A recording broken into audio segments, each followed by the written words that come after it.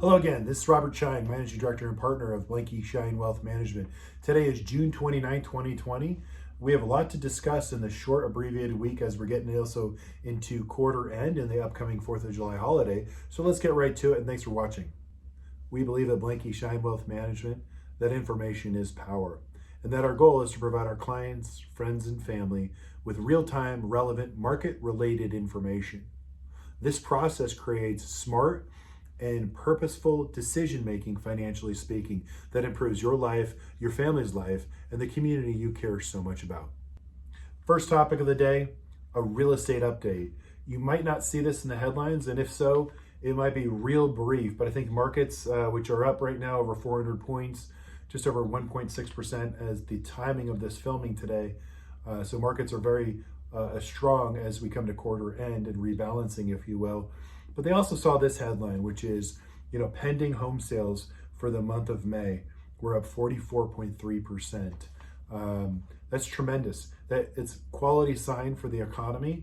Obviously, we have all-time historic low interest rates, but more importantly, we also have the buyer that has the confidence. Think about it. For most Americans, the largest purchase that you're ever going to make is a home, and to have this rebound in home sales shows, at least the market's taking it that way, that there is some conviction and some confidence in the consumer. And again, why that matters is 2/3 of the U.S. economy is a consumer-driven economy. So this is a great, sort of litmus test of, as we reopen across the United States, and we'll talk about the reopening process in a minute, but at least from an economic standpoint and from an economy standpoint, there's a tremendous bounce back that I continue to report. But this is the evidence, the empirical evidence that's showing a quality positive sign from the world of real estate. It's really been strong through this process, and it shows there's a lot of confidence in the underlying economy, regardless of some of the headlines, if you will. So this is a positive one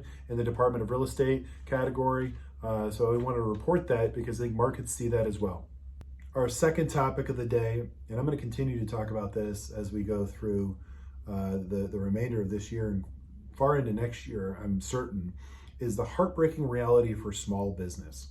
Two main questions we get from clients all the time. Rob, how are the markets up, in the midst of this global pandemic? And it's tremendous, right? If you fell asleep January 1st of this year and woke up just now and looked at your, let's say, any of the indices from the Dow Jones Industrial Average, the S&P, even the NASDAQ is up year to date on that particular index.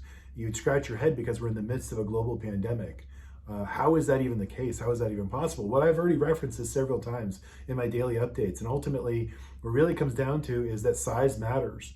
By that I mean, on these exchanges, you have the largest and strongest companies in the United States and ultimately the world. So they have access to capital. They have access to sell they have the liquidity from the capital markets by selling equity if they needed to, or even debt financing. Even the worst case scenarios in companies that shouldn't or deserve debt because they have junk status are accessing that. But those are companies that are public companies that have access to that. And ultimately what the market's looking at is long into the future that these companies have the advantage, the staying power to survive.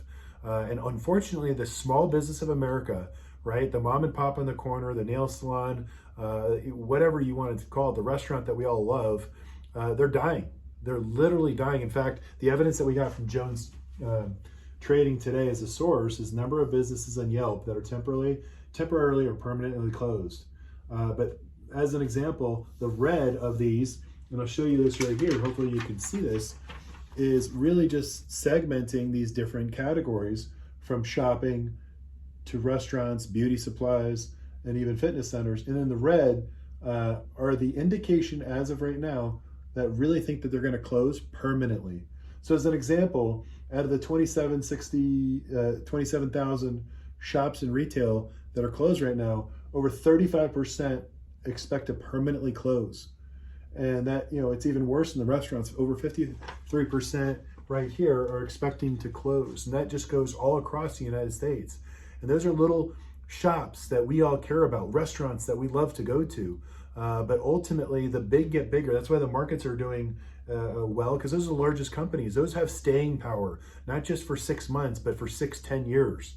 And so imagine this. This is the perfect storm. They have all of their competition wiped out in all these categories. So that's why markets, one of the reasons why markets are up is simply because this global pandemic sweeps in overnight and literally just torches all the small businesses and all the competition across the United States. It's truly, truly heartbreaking.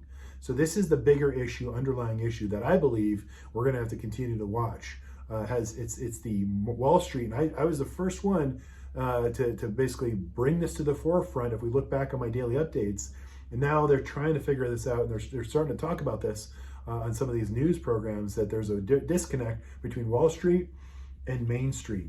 So the solution here: support your local, restaurant and small business, and support local, because they need us now more than ever. I think that's the short-term solution. Long-term, I think more cases, this is my third topic of the day here, more cases that we see. We saw a spike in cases all across the United States as we see reopening. We're seeing states pull back right now.